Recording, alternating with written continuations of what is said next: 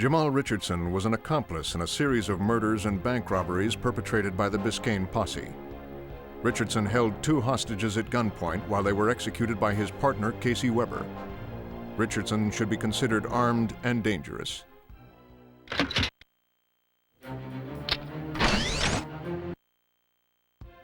Casey Weber was the key figure in a series of violent bank robberies that resulted in the death of 2 security guards and 6 hostages.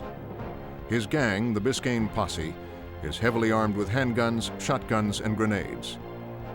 Weber is a methamphetamine addict and should be considered armed and extremely dangerous.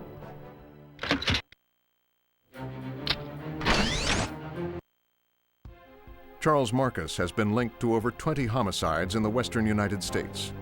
Several of Marcus's victims were targets of the Patriots, a militia group which supplies weapons and explosives to criminal organizations. Marcus works primarily as a contract killer for the Patriots and was last seen in Thunder Rock, Utah.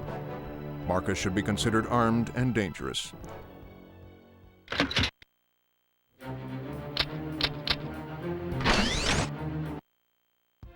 Lukas Benjamin Acre is the suspected leader of the Utah-based Patriots militia group.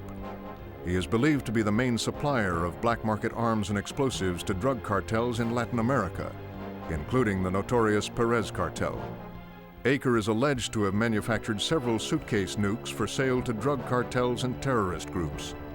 Acre should be considered armed and extremely dangerous.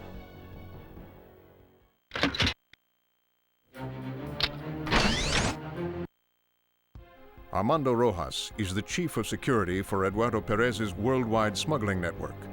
He personally oversees the majority of Perez's operations and has been linked to the Patriots militia group in Utah. Rojas should be considered armed and dangerous. Armando Rojas.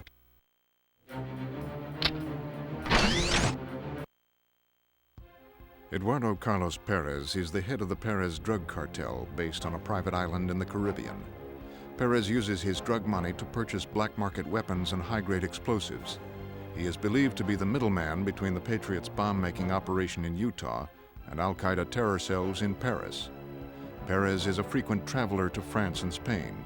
He's protected by an army of mercenary soldiers and should be considered extremely dangerous.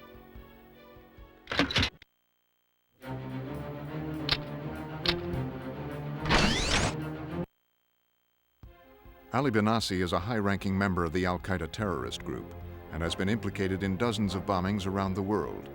He's suspected to be operating an underground terrorist cell somewhere in Paris. He was educated in Hamburg and is fluent in French, German, English, and Arabic. He should be considered armed and dangerous.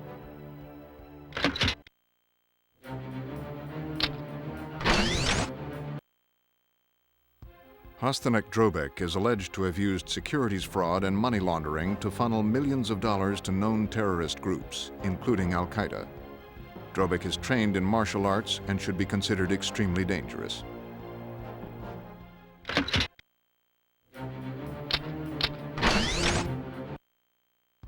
Ahmad Aziz is the right-hand man to Osama Bin Laden, head of the terrorist group Al-Qaeda. Aziz is responsible for delivering Bin Laden's orders to terrorist cell planners throughout the world. Aziz keeps his contacts secret, and his capture could provide crucial information as to the whereabouts of Al-Qaeda terror cells. Aziz should be considered armed and dangerous.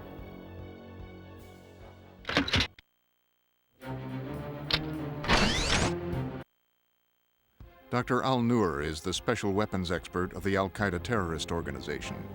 He is personally responsible for training hundreds of bomb makers at a training camp in Afghanistan. Al-Noor is educated in nuclear physics and is alleged to have purchased several suitcase nuclear devices for Al-Qaeda. Proceed with extreme caution.